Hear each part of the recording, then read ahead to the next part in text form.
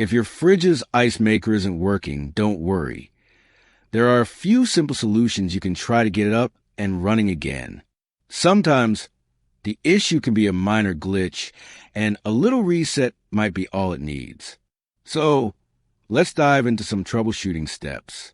The first thing you should try is unplugging the ice maker completely. Start by disconnecting it from the power source, and then press and hold the on-off button. While you're holding the button, plug it back in. This action can sometimes reset the ice maker and resolve minor issues. It's a quick fix, and you may find that this alone solves the problem. If that doesn't do the trick, try a slightly different approach.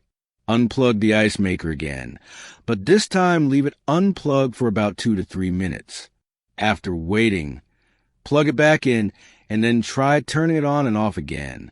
This method is helpful in case there's any internal issue with the power supply or a minor system reset is needed. Another option to try is to let the ice maker completely defrost.